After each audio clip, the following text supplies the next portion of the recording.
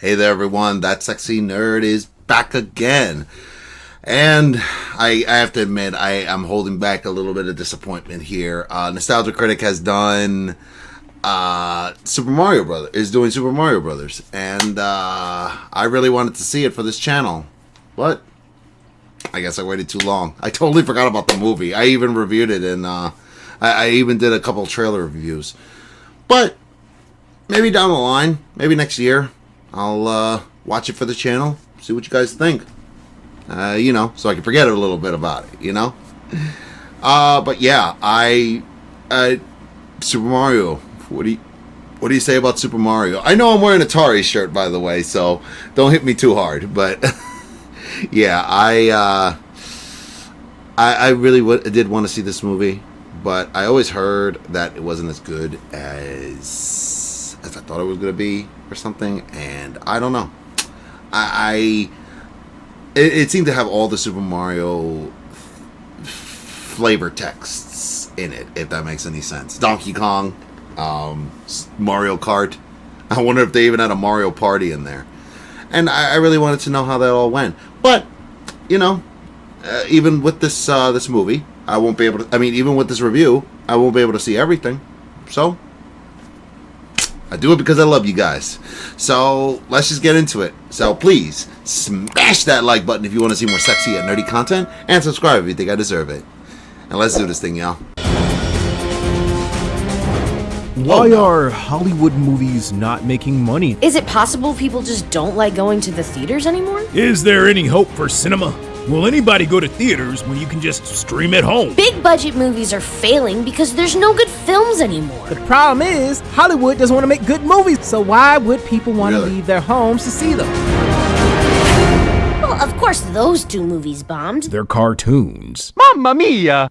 They did? Hello, I'm the Nostalgia Critic guy, remember? So you don't have to. With the curse of video game movies being plagued for so long, one does have to ask... Oh my god! Look at Kristen Critic in the Street Fighter in the second Street Fighter movie. Ugh. The hell is question, that? Was this really so hard?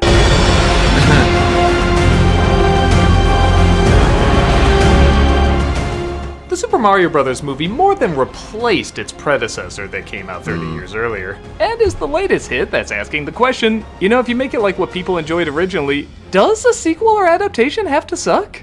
Though many were concerned with the bizarre casting choices and often juvenile studio making it, the fact is Super Mario Bros. Is a movie that really only Illumination could make.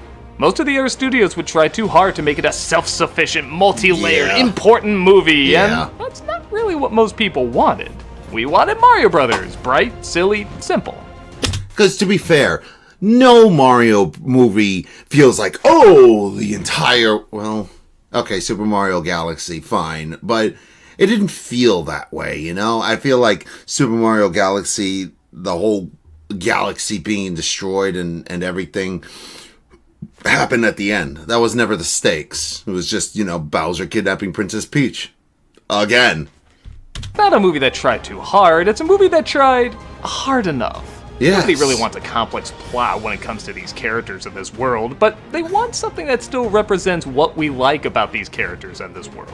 And you can feel the love for all of that in this flick. It famously didn't get much praise from critics, but it's hard to say it really got trashed. It still technically has the majority of critics liking it, but it's just not the overwhelming majority. It's not that surprising. If you're an adult who didn't grow up with Mario Brothers, I don't know how entertaining this very clear Nintendo commercial is gonna be. But there's been other clear commercials out there we've gotten into and found a lot of charm in. With that said, is it perfect? That's a Take On Me song reference of no. It still has problems like most Illumination films do, but I think fans agree when they think of what a Super Mario Bros. Movie would be like, this is about as close as it gets.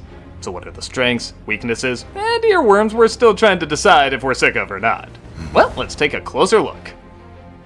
This is Never Going Back, the Super Mario Bros. Movie. This movie's already trying to show up Disney saying, hey, we can dick up our castles as much as you can. Look more like boobs, but okay. One of the most enjoyable elements for any fan is how well the music incorporates the Nintendo themes. Brian Tyler is a crazily underappreciated composer, and he did a damn good job working in Koji Kondo's music while still keeping it cinematic. Does this thing work? Yes. Ha! Also a big thank you for not having Jack Black sing Bowser's theme.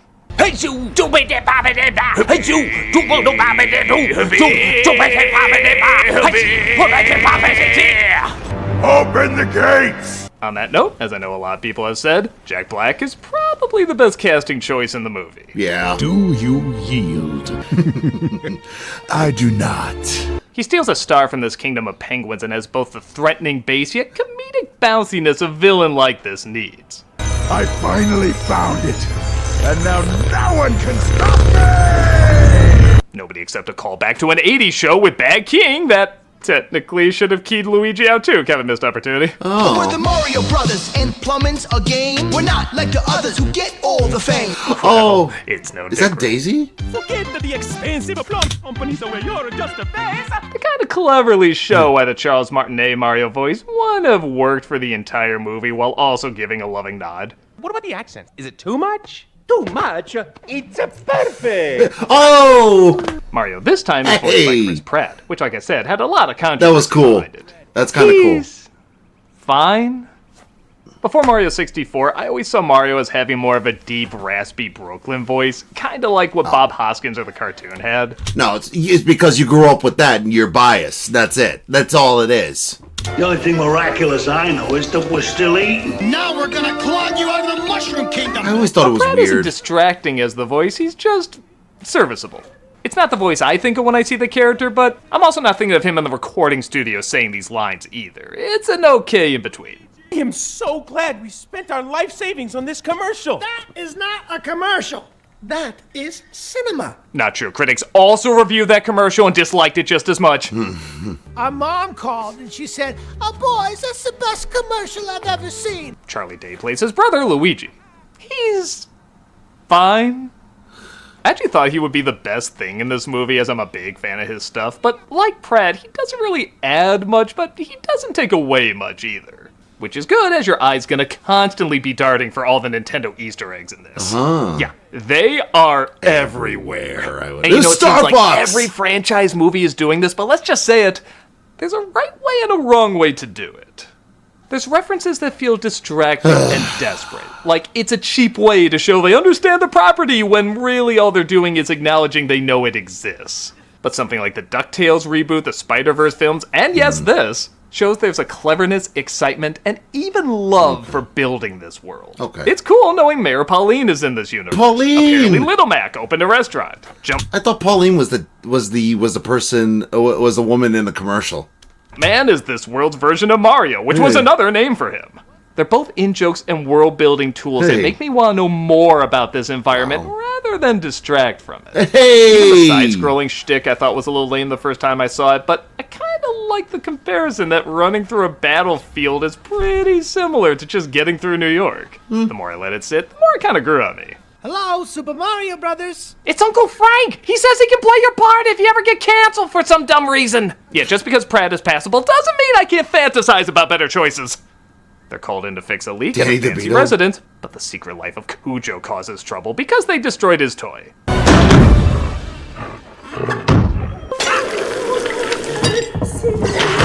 So this is another example of the movie working just well enough.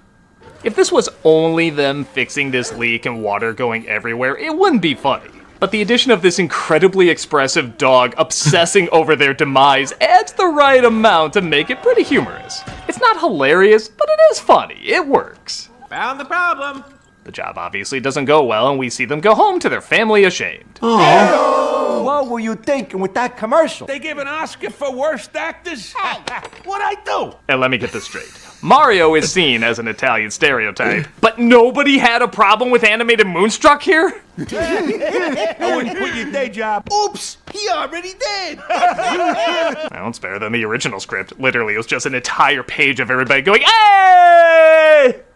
Charles Martinet also voices Mario's father, which is again not only a nice in-joke, but allows people who think he only does Mario's voice to see he can play different roles. Good. You don't leave a steady job for some crazy dream, and the worst part, you're bringing your brother down with you. I met him at Comic-Con too. He's such a nice man. He really is. He's such a sweet man. He even did it like, you're supposed to pay them before he did that. He actually, he actually sat down and talked with me, and like I said, he's a really nice man, and I didn't have to pay a thing. Nah, he's just upset because he never became the golf star he always wanted to be. Seriously, you have to stand far back to even notice that one. Wow. What the? Hey, don't you think it's a little weird you're playing, Nah, you want real confusing? Sonic is playing TurboGrafx 16 next door. Wait, what? But it looks like there's some bad news on the... Is that a Super Nintendo? Oh, Nintendo. Burst underground today, flooding downtown Brooklyn. Scapelli. Somebody save Brooklyn! Luigi, this is our chance! Okay, so this is a crazy nitpick, but Mario's human hands without his gloves kind of looks like ugly Sonic's human teeth. Ugly Sonic goes slow, baby. I didn't know I'd be horrified by that until I saw it. Mario tells Luigi they should fix the epic leak, so they head into the sewers. We gotta get to that pressure valve! I don't know, Mario. This feels very teleporty to me. I'm getting the Warriors of Virtue or something worse vibe down here. Jeez. Luigi continues to feed his green fetish, getting sucked into a mysterious green pipe and taking Mario with him, separating them along the way. I'm taking you to see the princess. She can help you. Keegan-Michael Key plays Toad. He's... fine. Not this. Here we go! Oh, well, The Mushroom Kingdom! Mushrooms? Really? Now that is a cruel twist of fate. Not since Popeye hating spinach have I wanted a bigger reaction but didn't care. I don't know if liking green eggs and ham can be an arc. Why not mushrooms? I need to see the princess. I never heard of any princess. Oh, wait, I did. Our princess, though, is in another castle. Yeah, not all the callbacks. That was bad. Into a Zelda game for a moment, and we're introduced to Princess Peach, played by Anya Taylor-Joy. Really? She's fine. She's a... God, again, I said this to somebody, said this on Facebook not so long ago. Why do they keep recycling all these damn actors? I am sure there's plenty of freaking actors out there that would jump at the chance to do it, and are probably even more talented. We need variety. Not like that. Hire me. I'm an actor. I'll do it. Like, just somebody different. All we see is Jenna Ortega, Anya Taylor-Joy. That's it! About as just interesting enough as the rest of the cast. I'm going to convince the Great Kong Army to help us. I will admit, I was a touch concerned the plot was about saving Luigi instead of her, as, yes, it is a pain she always has to be rescued, but then again, that is the trope, save the princess. It's like one of the oldest tropes there is. But they're totally not gonna do it now. I mean, if it's a tale as old as time, and if you wanna do... the video games are still gonna do it? So, why do the video games get a pass while the movies can't? That's ridiculous. But first off, there are several versions of Mario that play with that trope. Oh, yeah, my favorite fair being enough. in the old Nintendo Power comics where she's kidnapped, breaks herself out while Mario breaks himself in, he gets kidnapped, she has to save him, and then they both get kidnapped and they have to figure out a way to save each other. See, they could have done that instead of just saying, like, Luigi. I heard about that they only have to save Luigi. It takes away from Luigi, first of all. And second, why couldn't they do this? This seems way more interesting than what they did.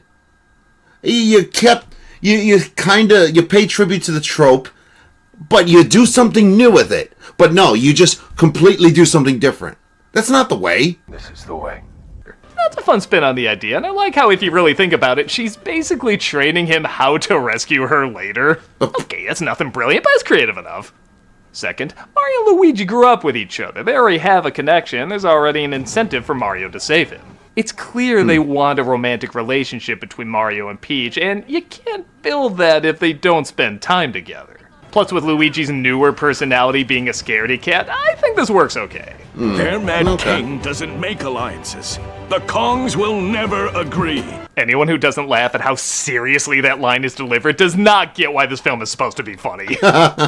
Mario tells Peach about his missing brother, and because she hasn't seen a human in years, she takes pity on him and invites him to help out. How am I supposed to do that? With the power-ups. They give us special abilities. Yeah, I love they don't even try to explain the logic of power-ups or the lore or the backstory or stick Mario in a car for an hour. Everyone knows it's a video game movie. Just be a video game movie. With that said, 2023, stop trying to ruin I Need a Hero for me. Nobody's gonna top Shrek 2. They own it. Stop trying to top Shrek 2. He does well enough, and they decide to journey to the Kongs to see if they'll join their battle against Bowser.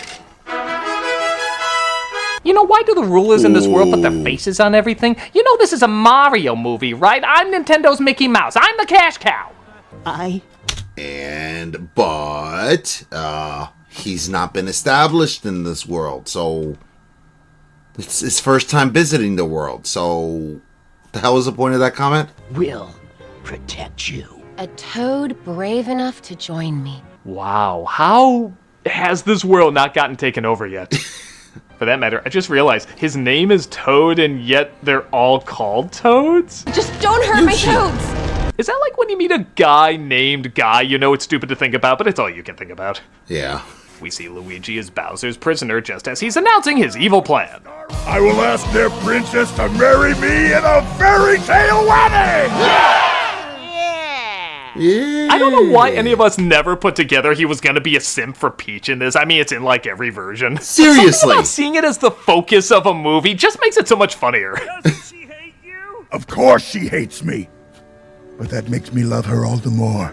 Maybe because there's a threatening voice to go with it. Maybe because he's surrounded by threatening imagery. No, it's because it reminds us of all the men's attraction. Every man in the world has loved a woman who hates his guts. Maybe because we don't really know his motivation until the start of the second act, but it's surprisingly pretty funny. Her heart-shaped bangs, the way she floats in the breeze, her immovable tiara. And yeah, where are we with this song now? Peaches, peaches, peaches, peaches, peaches, peaches, peaches, peaches, peaches, peaches. Well, according to the overplayed song list, we're past the legit goodness of Blame Canada. Haven't quite hit the apocalyptic annoyance of Macarena. Just a little under the flip-flopping between love and hate of Let It Go. Just under the I'm annoyed, but I think I like it ironically Rebecca Black's Friday. And we finally reached the just good enough to make us forget about that weird cameo in Mandalorian. Not bad for a song that's not even a minute long. Yeah, one of the biggest complaints from a lot of people, which I guess is a good problem to have, is the film could have been a little longer.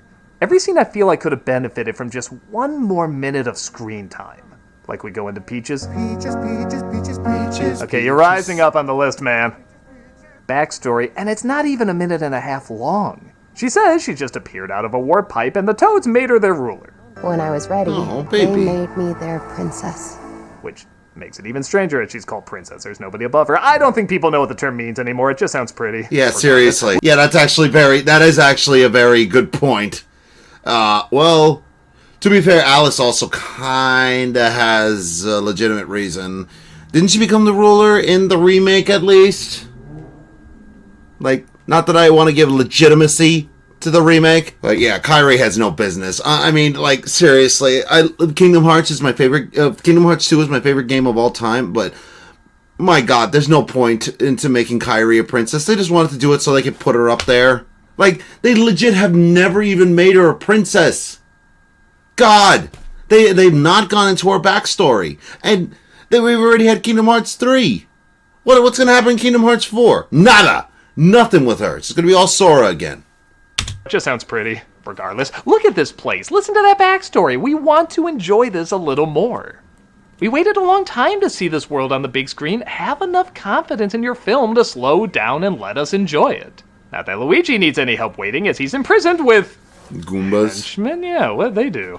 They walk back and forth in the wrong direction or glitch, accidentally giving infinite one-ups. And I know a franchise film is working when I want to know more where a character is from. I never saw this thing before, but man, do I want to play Super Mario Galaxy because of him. Yeah. The only hope is the sweet relief of death. I love this kid. What kind of things does he say in the game? He doesn't. No. Yeah. Okay, I'll just imagine a Majora's Mask backstory or something. Exactly. Our heroes make it to the Kongs and need a reminder this is an Illumination movie. You know, for the random cast we've had in this movie, I'm surprised the halfway point is when we got our first pointless pop song. I Need a Hero at least has some connection. This is just a guy wearing a sports coat. Hey look, Mario's wearing red, like that red guy from Eyes Wide Shut. So? I don't know, it'll make us $1 bazillion anyway. They're taken to their leader, Cranky Kong, played by Fred Armisen. Really? He's fine. The worst thing in the movie. You're Really? worthy of fighting alongside the greatest army in the world! Yeah, who would have thought out of all these weird choices, Fred Armisen would be the worst one? I have no idea what they're trying to do with this voice. I heard you want my army. Guess you're not getting my army. You're welcome, Mario. Why couldn't they get someone like Larry David? He would have worked. Was there just not enough crypto offered or something? Are you two done whispering? It's a little rude. No, that's not it. He's gonna arrive at the Mushroom Kingdom by sundown. It also doesn't seem like Cranky Kong. He seems way too happy, if that makes any sense. Like, Cranky Kong was always just an old curmudgeon. Diddy, push the big red button. He can't! Like, this guy just seems like... He seems like the idiot from... Oh my gosh. What's that? Wreck-It Ralph. He seems like the bad guy from Wreck-It Ralph. Huh. All right, tough guy. You want my army so badly? Yeah, I know. Since I want things... He's awful. And yeah, I know a guy who screeches for a living is giving this dude a hard time about his voice, but as I get older, I can't do that screechy voice anymore. Fred Armisen's a lot older than me. So what's his excuse? Lucky for you guys, I got a shortcut. Well, what are you waiting for? Pick your card in the Great Ring of Kong! God, it's like Jar Jar Binks getting choked down by singing Russell Crowe. Effort went into this suffering. Goddamn effort! They agree that if one of them can defeat his son, Prince Donkey Kong, again, the royal hierarchy is not really a thing in this movie, he'll hand over his army. He's voiced by Seth Rogen. He's not Fred Armisen. Hi, Dad! No, Dad, wave back! Yeah, do you care how he is? All they have to do is play the Donkey Kong rap, and you know you're theirs. Yeah, exactly. I'm Donkey Kong! I guess he got the wrong mushroom. Thank you, yes. Any excuse to give him more lines, please do. Kong makes the Arthur fist and starts beating the crap out of Mario, but Mario gets a power-up, turning him into... Kitty Cat. Meowrio. I don't know, I'm not proud of that one.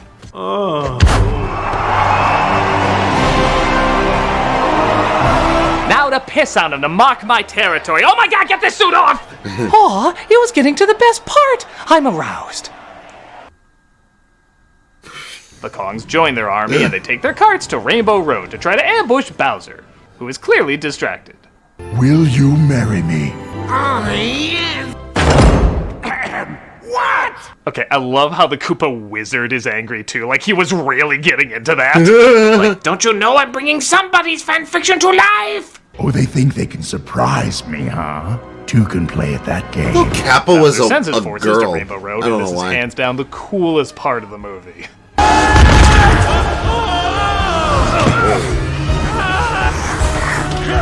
Again, how many people have played Mario Kart and imagined an action sequence like this on the big screen? It has a ton of energy, color, imagination. It's like Mad Max Sugar Rush. Aha! I activated the anti-gravity converter. Oh, you don't care. Just hear me say wahoo. We're given the Fox News logo during Pride Month as one of the drivers goes Koopa-Kazi and Blue Shells himself. What? We're given the Fox News logo during Pride Month as one of the drivers goes Koopa-Kazi and Blue Shells himself into Mario and Donkey Kong. Quick, use the game genie! Princess Peach. Bowser confesses his love to her while also threatening Toad if she doesn't marry him. No! I'll marry you. Just don't hurt my toads. And that's the bravest toad they got. Why were there even guards in this kingdom? I mean, their weapon of choice is frying pans half the time. Shouldn't that be their enemy? Time for a wedding! Peach agrees to marry him, and oh yeah, there's a brother in this Mario Brothers movie. Oh, goodbye. Seriously? We have to deal with Mario and Donkey Kong not getting along, but bonding over their disapproving fathers. At least you're not gonna die with your dad thinking you're a joke. And well, my dad thinks I'm a joke, too. Yeah, listen, you can't call this movie Super Mario Brothers movie and have it just be with Peach of them rescuing Luigi. At least you could have made that for the sequel. You know? You could have like done that weird stuff that I suggested earlier in the video and then make the sequel about saving Luigi. Why not? Yeah, this is the one time I don't really mind the movie being that short. Really. Do you want to hear these guys talking about their dads, or do you want them to give you a Smash Brothers opening?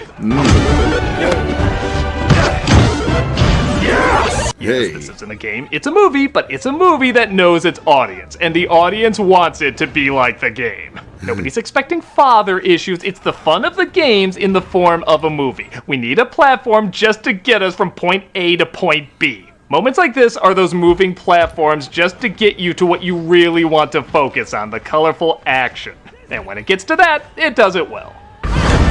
I'll save you, Princess. Oh, Luigi, that's right. I forgot you were in this. Destroy the Mushroom Kingdom! They have a big battle that probably has one too many slow-mo shots. Late 2000s, Zack Snyder called. He asked if this guy can be trusted. And everyone gets warped back to New York. Admittedly, this is a little bit of a weird spot to have the climax, and honestly, I kind of forgot how similar some of these beats were to the 93 version. Really? But again, it is a movie, and they want to give these two a way of proving themselves to their family, so it only makes sense to have an environment where their family can watch. I don't need a mansion to be brave! What? You want a mansion? No, yeah, actually, can I get that? Two of them get the star and use their newfound power to defeat Bowser. Hey. Funny, I thought taking the shrooms would cause me to see you glow like that. They take out the henchmen and Bowser is shrunk down after being fed the blue mushroom.